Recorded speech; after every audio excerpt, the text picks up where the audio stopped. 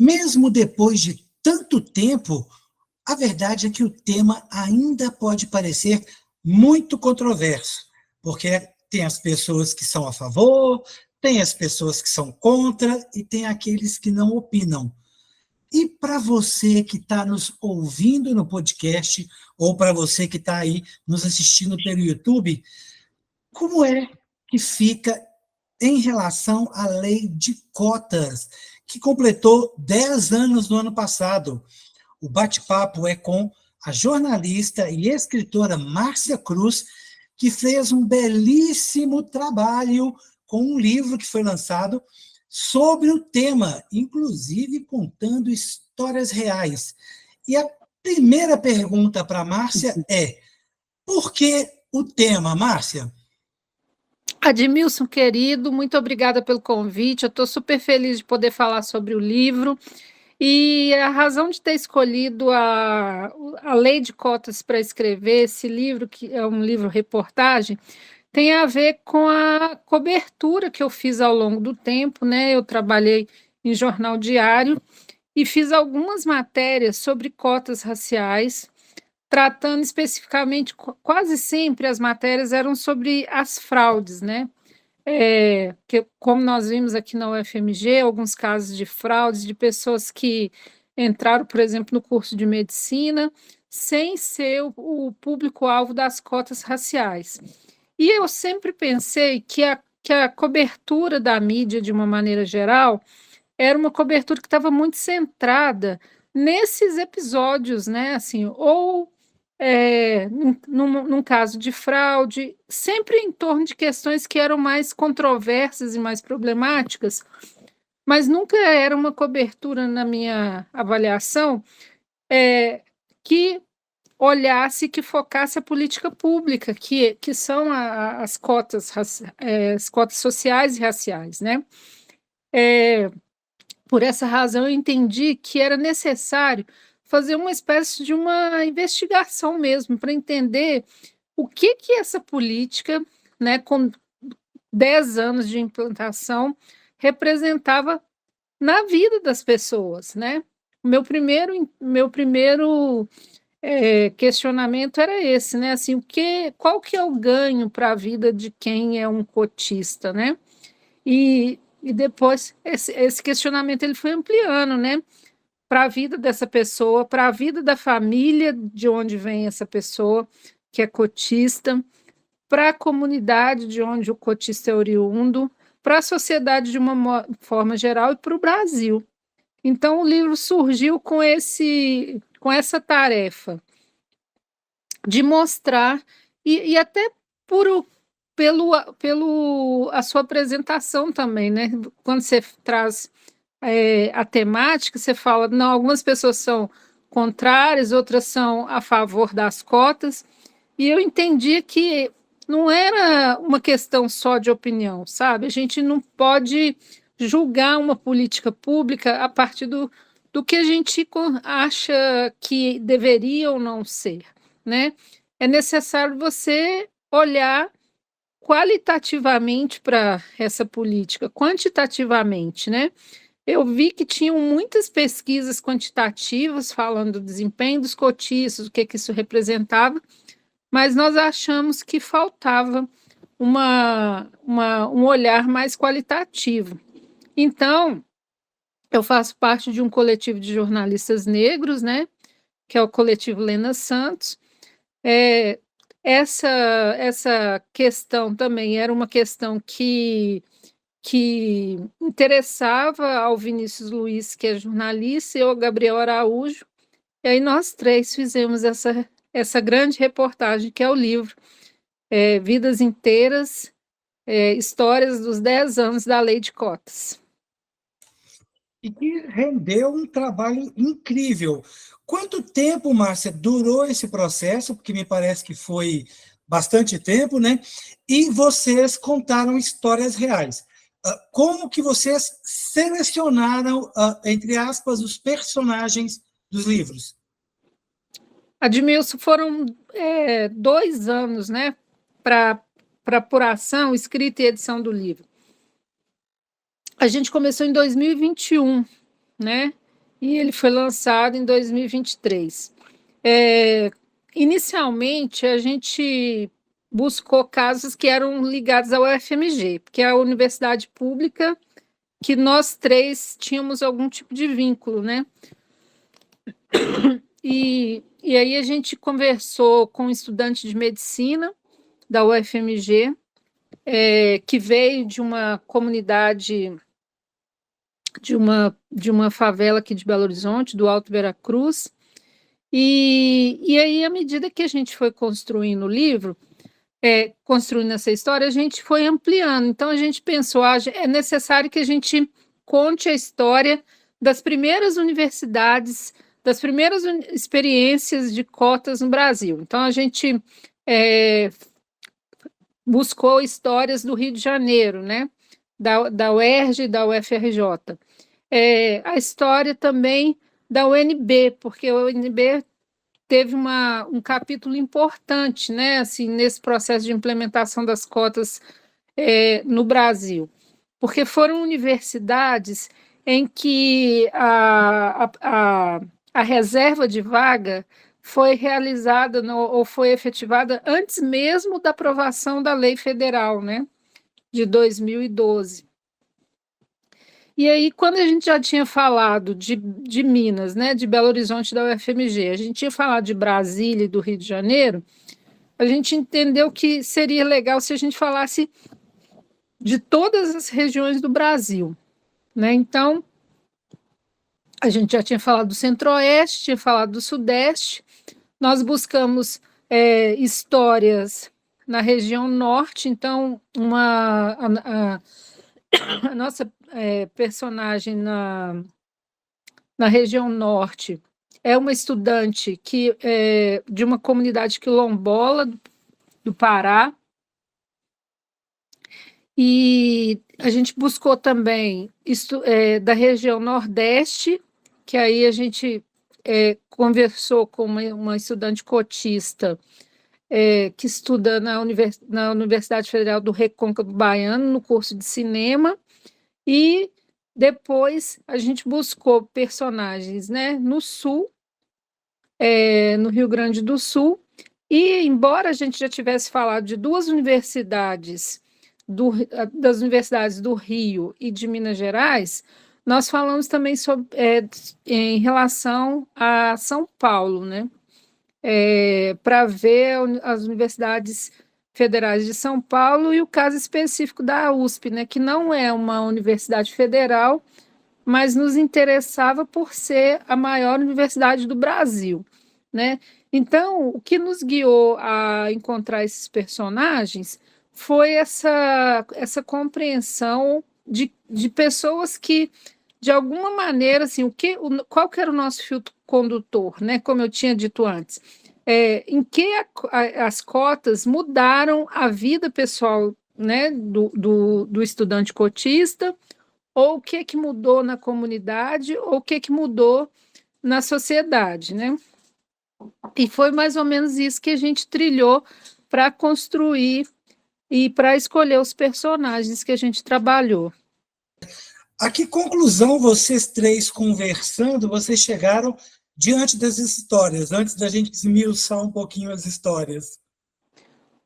Olha, uma coisa que é muito interessante, assim, que todas as histórias têm esse ponto em comum, é que quase sempre os cotistas, no caso que a gente entrevistou, todos foram os primeiros das famílias que entraram na universidade pública, né? Então, ninguém antes na família dos entrevistados tinham feito curso superior. Isso é uma coisa que é extremamente importante, porque é um indicador de mobilidade social, né? Quando uma pessoa da família ingressa na universidade, em geral, isso representa melhores condições para toda a família, né? Então, isso foi um ponto em comum, assim, que todos os cotistas, em geral, eram os primeiros da família que entravam na universidade.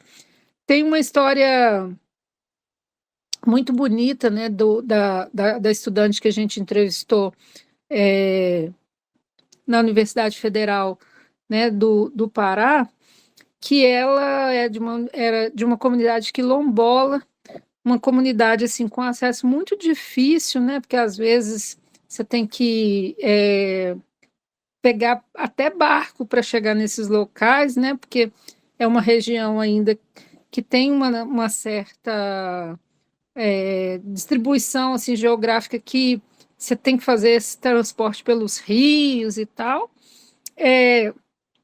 E ela vem dessa comunidade quilombola e ela conta o dia que ela foi pela primeira vez no campus, né? Quando ela chegou lá, o primeiro curso que ela fez foi engenharia espacial.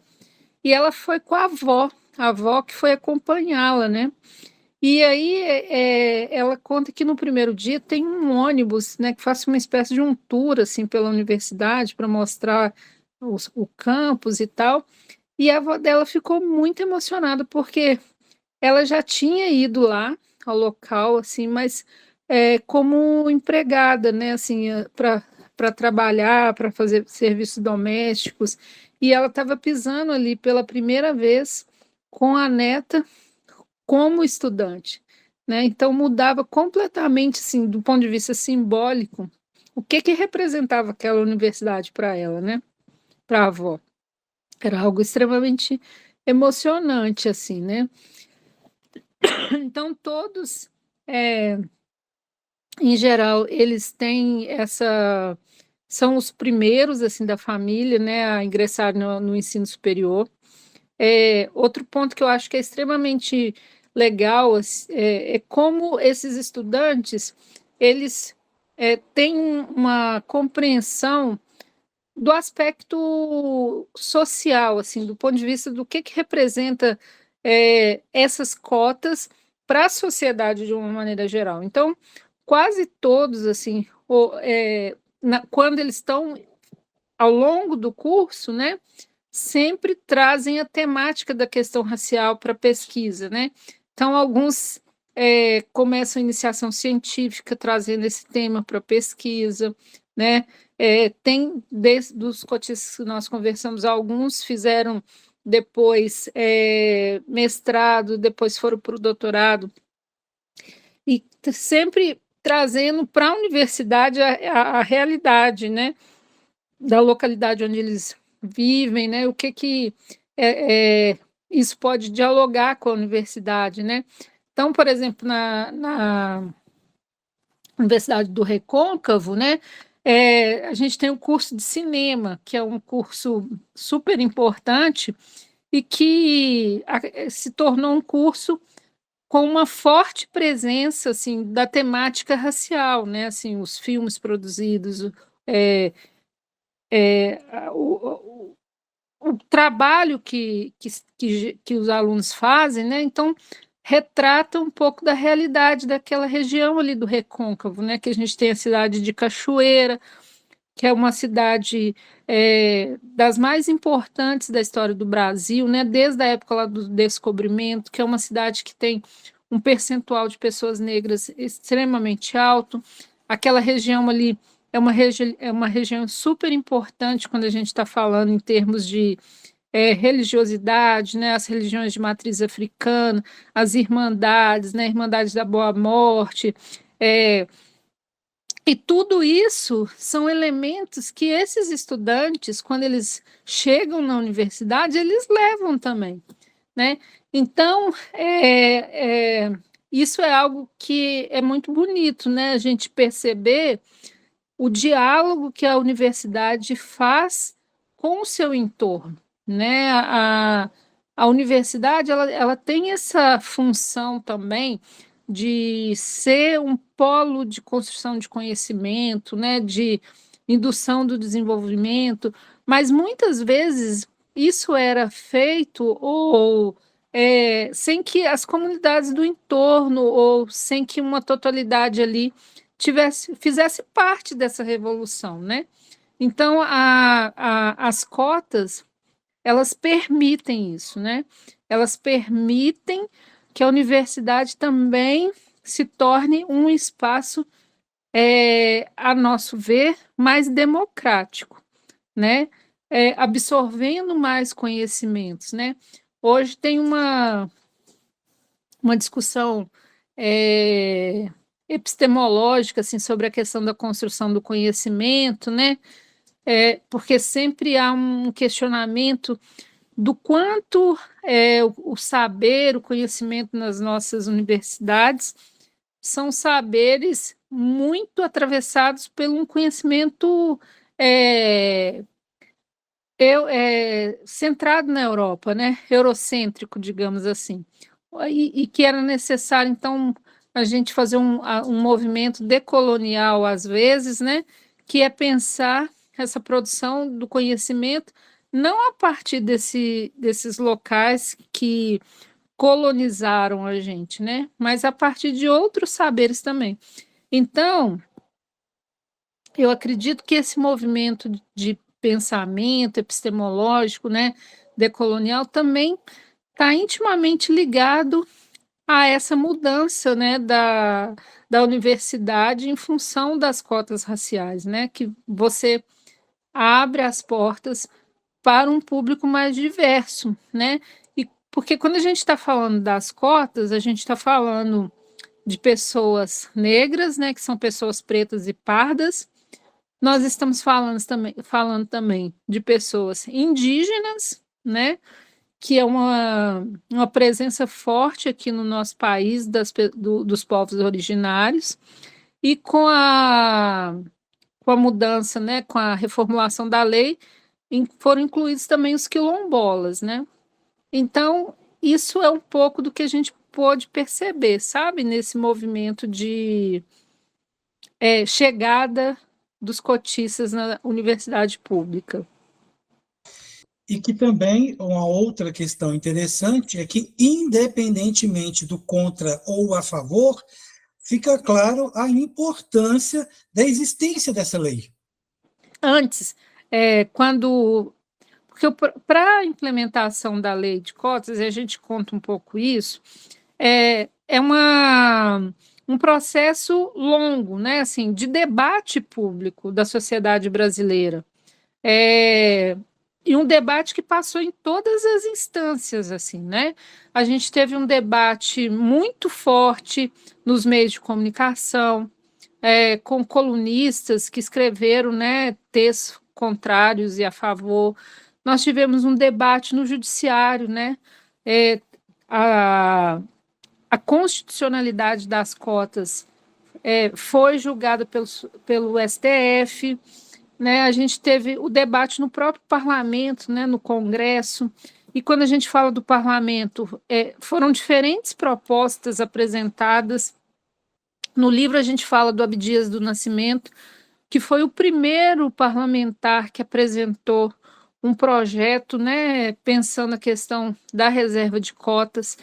E quando o Abdias faz essa proposição, ele estava olhando exatamente para uma questão de políticas que fossem compensatórias, reparatórias, né, entendendo que com a abolição o Estado brasileiro deixou a dever, né, as pessoas que foram escravizadas, seus descendentes, não ofereceu nenhuma política para essas pessoas, né? E às vezes as pessoas falam que são contra a partir de argumentos assim muito pouco embasados no que de fato pode ser de fato o que são as cotas raciais, né? Então, assim, um argumento que durante esse processo de debate as pessoas costumavam apresentar é dizendo que a qualidade da universidade iria cair, né? Que esses estudantes cotistas contribuiriam para uma piora na qualidade das universidades. E aí, quando as cotas são implementadas e você vai analisar o desempenho desses estudantes cotistas, isso cai por terra, porque muitas vezes, né, em muitas situações, esses estudantes eles têm um desempenho, inclusive, melhor e superior aos estudantes que entraram de forma regular, né, assim, sem as cotas. É, Aí tem um outro argumento que seria: ah, mas quando você está fazendo cotas, você está privilegiando um determinado grupo em detrimento do outro, né? Que é um argumento que você também pode questionar. Porque, por exemplo, a gente já teve em outros momentos da história do Brasil cotas nas universidades. Teve um período longo, extenso, também, agora não estou com esse número certo, mas me parece que foram 10 anos também, que você tinha cotas para que filhos de fazendeiros pudessem cursar medicina veterinária nas universidades públicas, né? Isso são cotas também, sabe? E você tem outras políticas também afirmativas no Brasil, quando você abre para a entrada, por exemplo, de imigrantes, de, sei lá, italianos, e você concede terra para essas pessoas, você concede incentivos para essas pessoas, né? Então, quando há esse questionamento, ah, mas você está favorecendo um grupo em detrimento do outro, isso já ocorreu com outros grupos sociais no Brasil, né? Estou tentando aqui lembrar esses argumentos que são contrários às cotas, né? Então, a questão da meritocracia, né? Ah, a gente tem que levar em conta a meritocracia, que é um outro argumento que também a gente questiona, né? Você pode falar de mérito quando você está comparando pessoas que partem do mesmo lugar, né? E têm as mesmas condições de competição, né? Então, se você está nas mesmas condições e partindo de um mesmo lugar em relação a outro, você pode falar de mérito. Agora, quando você tem uma desvantagem educacional, como a gente vê no Brasil, né?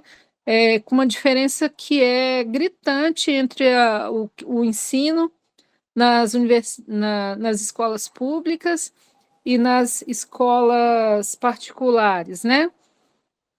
Quando você observa, por exemplo, que às vezes um estudante da classe popular ele precisa trabalhar o dia todo e às vezes ele tem que largar a escola, né? Deixar de estudar, porque ele precisa trabalhar para colocar comida em casa, né? Então, às vezes, ele volta a estudar no EJA, por exemplo, numa formação noturna. Então, as condições não são semelhantes, né? São completamente diferentes. E quando você cria as cotas, as pessoas costumam dizer, está tirando então a vaga de quem merece mais, né, de quem estudou mais em relação àquela, para conseguir entrar na universidade. Na verdade, não. Na verdade, você está estabelecendo cotas para que as pessoas concorram dentro da faixa, cada um dentro do que é mais justo concorrer, né? Então, as pessoas que estudaram em escola particular vão continuar disputando entre elas, né? E a questão do mérito ali vai continuar existindo. Então, quem tiver o estudar dentro daquela faixa ali vai entrar da mesma forma. Quem está entrando pelas cotas também vai estar concorrendo com pessoas que tiveram uma trajetória educacional semelhante, né? Que estudaram. E eu acho que é importante também pontuar, porque as pessoas, eu já vi muita gente falando assim, não deveriam ser cotas raciais, deveriam ser cotas sociais, porque a pessoa pobre e um estudante pobre branco e um estudante pobre e negro devem ter a mesma possibilidade de entrar na universidade, né? Aí a gente fala, gente, mas as cotas elas são sociais, né? Porque o primeiro critério, né, é que a pessoa seja estudante de escola pública, né? E dentro desse critério estudante de escola pública, você faz subcategorias, né? Aí sim, levando em conta a questão racial, né? Dentro da proporção que esse grupo representa na população de cada estado, né? Então, tem para qual que é a porcentagem para negros, para indígenas, para pessoas com quilombolas, e as cotas também concernem pessoas com deficiência, né? Então, a lei que nós aprovamos no Brasil, ela conjuga esses dois critérios, né? Ela é social e ela é racial. E, inclusive, com essa votação, porque a lei foi votada em 2012 e havia uma determinação que em 10 anos seria feita uma revisão para saber se a política iria continuar ou não, né? E quando foi feita essa proposta de revisão, a relatoria até de uma deputada aqui de Minas, que é a Dandara, foram incluídos outros critérios também. Inclusive, a questão da renda para beneficiar pessoas que tivessem pessoas mais pobres, né? Assim, então, esse critério ele ainda ficou mais inclusivo, né? Para conseguir atingir pessoas que, do ponto de vista social, têm mais dificuldade de acessar a universidade pública. Além da questão, Márcia, das dificuldades, né, sociais, de vida, por uma questão de ausência de uma série de coisas, vocês perceberam nas histórias né, dos personagens de vocês que eles também tinham que se mostrar mais valorosos ou ter que provar o tempo todo alguma coisa, não só por ter entrado como lei de cota, mas tem que estar sempre ali provando algo mais? Essa pergunta é ótima, assim, porque eu conversei, por exemplo, com a Aline, que é uma estudante da UNB, e ela foi da primeira turma de cotistas da UNB, assim, então foi uma das primeiras turmas de cotistas no Brasil, muito antes da aprovação da lei, em 2012. Aí ela contou que no início, quando ela chegava na universidade, houve um movimento das pessoas começarem a discriminar os cotistas, né? Querer apartá-los, né? Colocá-los separado, quase que colocar um selo assim, ele é cotista, sabe? Como se isso fosse algo que fosse um demérito. E aí, o que que eles fizeram? Os cotistas fizeram um processo de afirmação, né? Para falar de forma orgulhosa dessa condição, né? Eu estou aqui como estudante cotista e isso não é demérito nenhum, isso não me faz pior do que ninguém. E o que se percebeu, então, foi essa afirmação, e aí essa afirmação ela se dá de todas as formas, né?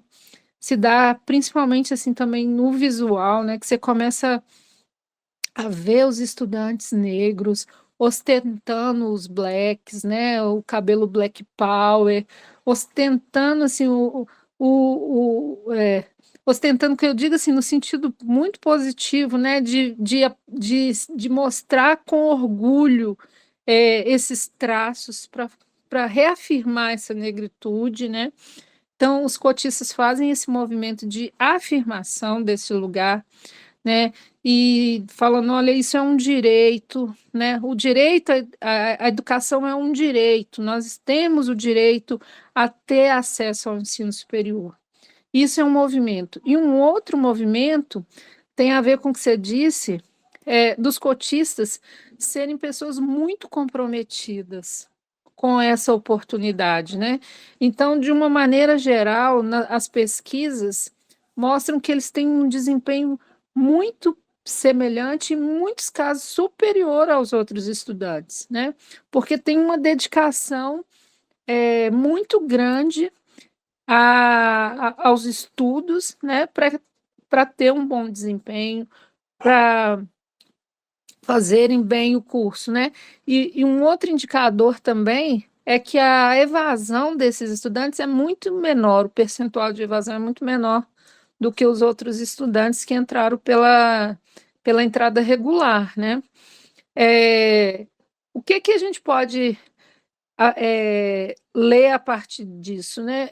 As pessoas que entram na universidade por meio das cotas entendem a importância da educação na vida delas, né? O quanto que a educação pode transformar. E elas entram ali com uma dedicação muito grande, né? Valorizando muito essa possibilidade, esse direito. É, e às vezes outras pessoas que entram no ensino superior, que vêm às vezes de uma outra realidade, né? Assim, que tem uma vida talvez mais fácil, mais tranquila, às vezes entra, não tem nem certeza se é aquele curso mesmo, né? Sai do curso, né? Às vezes nem tranca a matrícula, deixa a vaga presa por causa disso, faz outro curso, né? Eu posso dizer assim, o cotista ele tem muita responsabilidade em relação a esse direito, sabe? E essa responsabilidade ela se reflete em notas, em bom desempenho, em compromisso, né? Em afirmação desse lugar. E também é importante que são exemplos de que, de fato, a educação pode ou a educação transforma a vida social daquelas pessoas. Porque muitas vezes os pais falam para os filhos, né? É importante a educação, o ensino, a formação, para você mudar de vida, para você crescer. A história dos cotistas, ela traz muito isso na vida real, na concretude, né, do que acontece de fato, né? Elas realmente mudaram a vida deles e também quem eles puderam trazer junto consigo, né? A Sim. questão da família, às vezes os irmãos, né, parceiras, isso é real.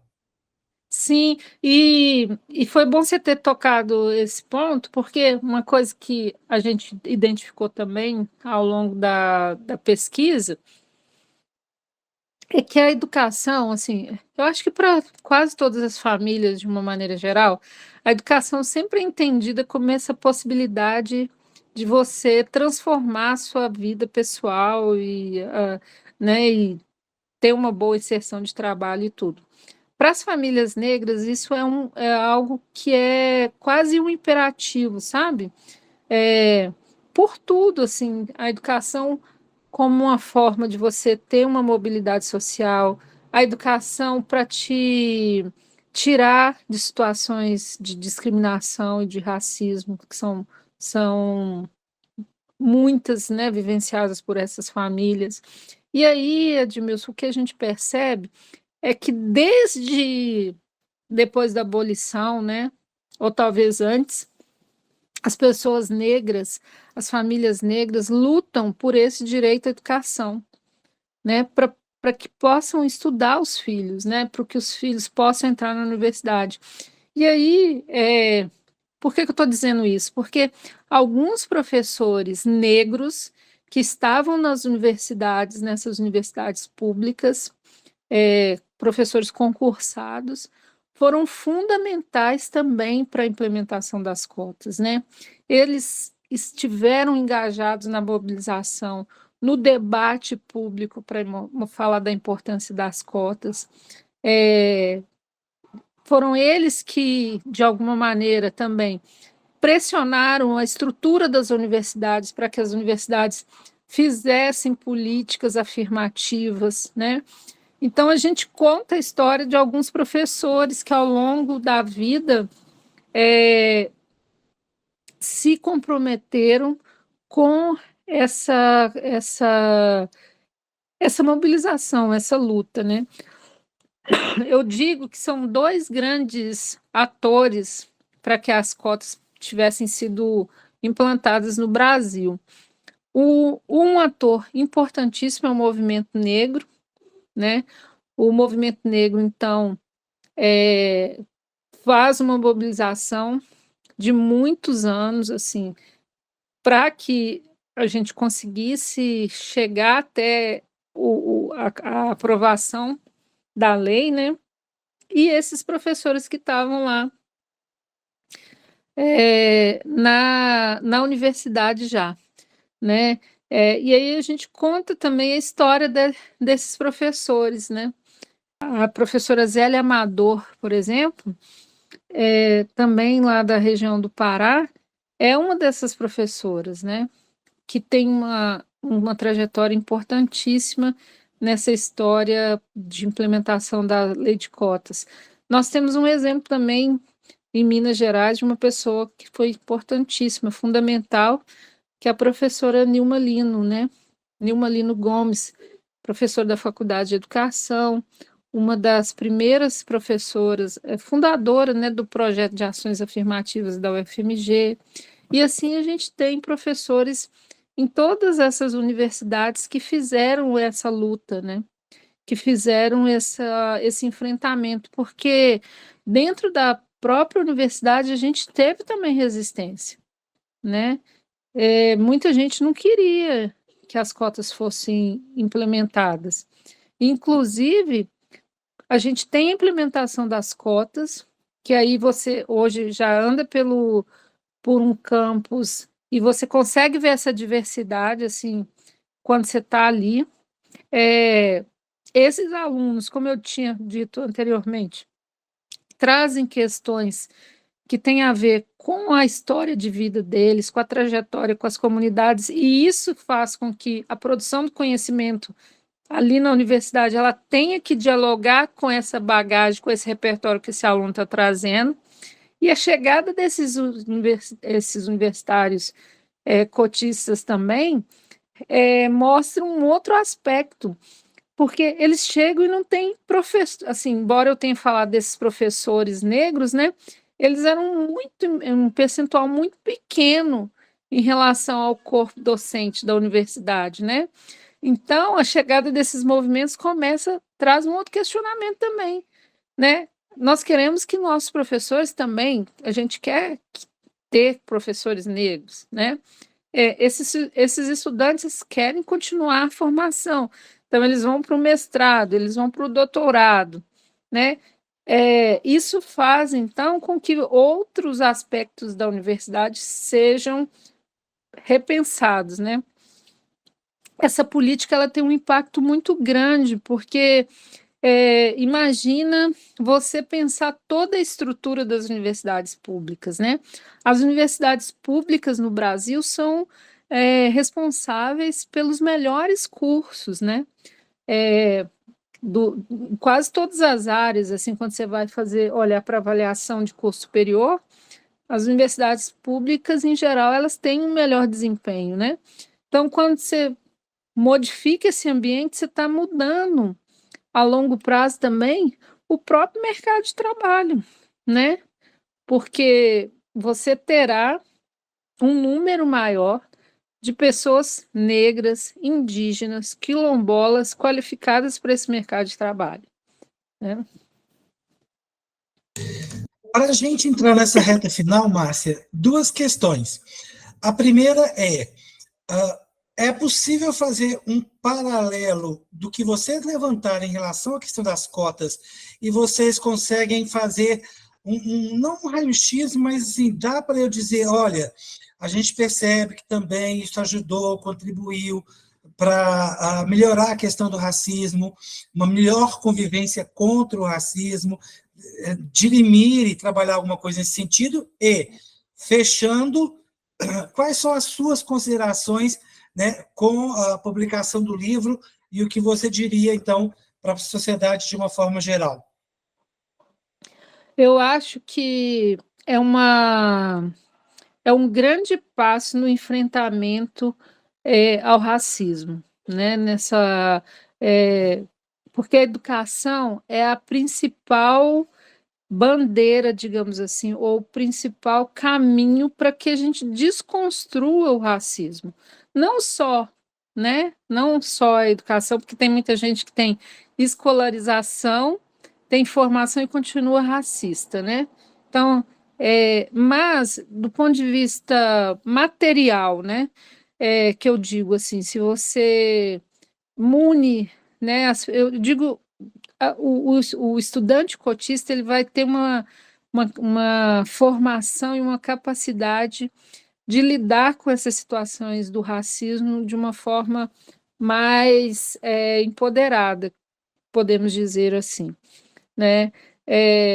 Tanto que, assim, a gente percebe a presença de pessoas negras em todas as áreas, né? E quando, no jornalismo, por exemplo, eu não sou estudante cotista. Quando eu entrei na universidade, ainda não tinham as cotas. Os outros dois autores, o Vinícius também não é cotista, mas o Gabriel é cotista, né? E todos nós formamos um coletivo de jornalistas negros, né? O que eu quero dizer com isso? Quando a gente se formou em jornalismo, né? A gente começa também a pensar as nossas respectivas áreas de atuação e como que a gente pode, de alguma maneira, contribuir dentro da nossa área de atuação contra a discriminação, contra o racismo, né? Então, essa formação e a presença dos estudantes cotistas, com certeza, é uma presença essencial nessa luta contra o racismo. O que eu acho que a gente precisa avançar nessa discussão, que é a segunda parte da sua pergunta, no início eu falei das fraudes, né? A gente já viu alguns casos de fraudes, isso é uma coisa lamentável, é algo muito triste, né? Saber que as pessoas mentem para conseguir ter acesso à universidade por meio das cotas, né? Então, às vezes, uma pessoa ela não está dentro do que a lei prevê, né?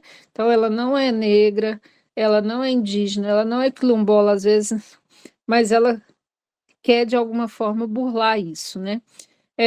Isso sempre foi uma questão que o movimento negro apontou, né? Da importância de você ter mecanismos que impeçam as fraudes, né? E uma conversa que é extremamente importante é como, por exemplo, são as comissões de heteroidentificação, que são as comissões que vão juntamente com a autodeclaração, porque hoje, para você ser cotista, você faz esse processo de autodeclaração, e depois você tem esse processo, né, das bancas de heteroidentificação, justamente para tentar, de alguma maneira, impedir que essas fraudes aconteçam, né? Mas hoje, depois que a lei foi implementada, essas comissões recentemente, né, assim, foram muito atacadas, né, como se elas estivessem fazendo uma coisa muito errada, né? Porque teve um caso de um estudante, eu não me lembro qual universidade, se foi a USP, que ele se autodeclarou pardo, a banca discordou, aí foram muitas matérias feitas falando que isso era um absurdo, que a comissão não deveria atuar e tudo. Só que é importante a gente ter esse tipo de controle, né? Porque a gente vê fraudes descaradas, assim, né? Então, aqui na UFMG mesmo, né? Como eu disse, né? Eu mesma já fiz matéria no curso de medicina, que é o curso mais concorrido. Um estudante branco de olhos azuis ter tentado entrar e conseguiu entrar, né, entre aspas, pelas cotas.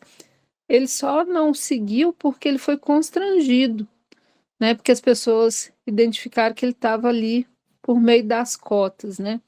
Então, o que eu acho que a gente precisa continuar é fazer essa defesa, né, de que é preciso para que a gente mantenha a política pública dentro do que ela prevê, que é fazer com que as pessoas de escola pública, pessoas negras, indígenas, quilombolas, pessoas com deficiência, de fato ocupem essas vagas, né? Que são delas por direito. E para isso a gente precisa ter esse processo, né?